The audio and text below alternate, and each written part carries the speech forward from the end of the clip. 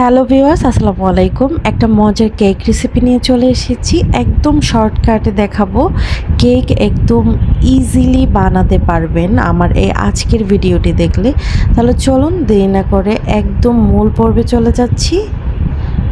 এই সুন্দর কেকটা বানানোর জন্য আমি প্রথমে একটা চালনি নিয়ে নিয়েছি, আর 1 কাপের থেকে একটু কম আমি ময়দা দিয়ে দিয়েছি, আর দিয়ে দিয়েছি 1 চামচ কর্নফ্লাওয়ার। এখানে বেকিং পাউডার দিয়ে দিয়েছি 1 চামচ, আর দিয়ে দিয়েছি এখানে 3-4 চামচের মতো কোকো পাউডার। সামান্য একটু লবণ দিয়ে দিয়েছি।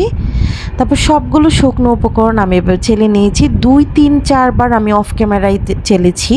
যত বেশি চালা যায় আমাদের এই কেকটাও ততটা মসৃণ হবে আর ভালো হবে। এখানে রুম টেম্পারেচারের 2টা ডিম নিয়ে নিয়েছি। আপনাদের ডিম ফ্রিজে থাকলে সেটা নামিয়ে নেবেন, তারপর আধা ঘন্টা পর এভাবে বিট করে নেবেন। আমি ডিমের কুসুমটা তুলে নিয়েছি, সাদা অংশটা সামান্য একটু ফেনা ফেনা করে বিট করার পর দিয়ে দিয়েছি 1/2 কাপ চিনি। আমি এখানে চিনি 1/2 কাপ ইউজ করেছি। আমি এখানে মিষ্টি কম ইউজ করেছি, আপনারা চাইলে 1 কাপ ইউজ করতে পারেন। যখন এইভাবে বিট করতে করতে একটা টাইমে এমন ফেনা ফেনা হয়ে যাবে, আর একটা দাগ দিলে দেখবেন দাগটা রয়ে গেছে, দাগটা মুছে যায়নি, এমন সময় ভাববেন যে বিট করা কমপ্লিট হয়ে গেছে। এখন আমি দিয়ে দিচ্ছি ডিমের কুসুম, আর এখানে আরও দিয়ে দিব 2 টেবিল চামচের মতো রান্নার রেগুলার তেল। এই পর্যায়ে এখানে 1 চা চামচ ভ্যানিলা এসেন্সও অ্যাড করতে পারেন, আমার হাতের কাছে নাই তাই আমি স্কিপ করেছি। সব কিছু দেওয়ার পর ডিমের কুসুম, ভ্যানিলা এসেন্স সব কিছু দেওয়ার পর সামান্য একটু বিট করব, বেশি না।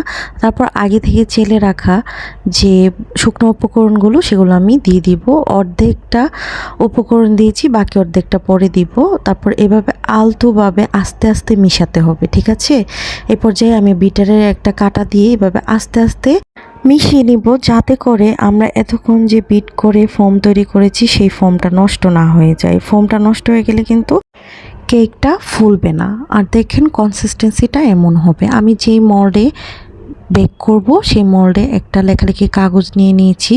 তারপর নিচে শুধু তেল ব্রাশ করে নিয়েছি। সাইডে তেল ব্রাশ করা যাবে না, সাইডে তেল ব্রাশ করলে কেকটা বেক করার সময় চুপসে যাবে। তারপর আমি এভাবে দিয়ে দিয়েছি যে ডোটা দিয়ে দিয়েছি, আর কনসিস্টেন্সিটা দেখতেই পাচ্ছেন এমন হবে।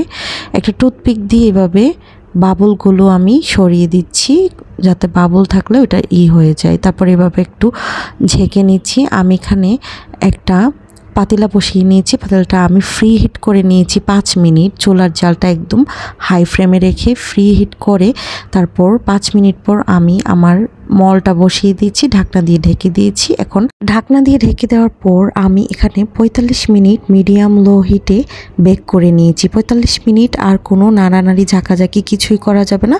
আধা ঘন্টা পরে একটু চেক করে দেখেছি, একটা টুথপিক দিয়ে দেখছি টুথপিকটা একদম শুকনো এসেছে। আমি মল্ড আউট করেছি ঠান্ডা হওয়ার পর। দেখতেই পাচ্ছেন কেকটা কতটা পারফেক্ট আর অসাধারণ হয়েছে। এটা খেতেও অনেক অনেক বেশি মজা হয়েছে। আমার চ্যানেলটি যদি ভালো লাগে তাহলে অবশ্যই আমার ভিডিওগুলো লাইক করে আমার চ্যানেলটি সাবস্ক্রাইব করে আমার সাথেই থাকবেন।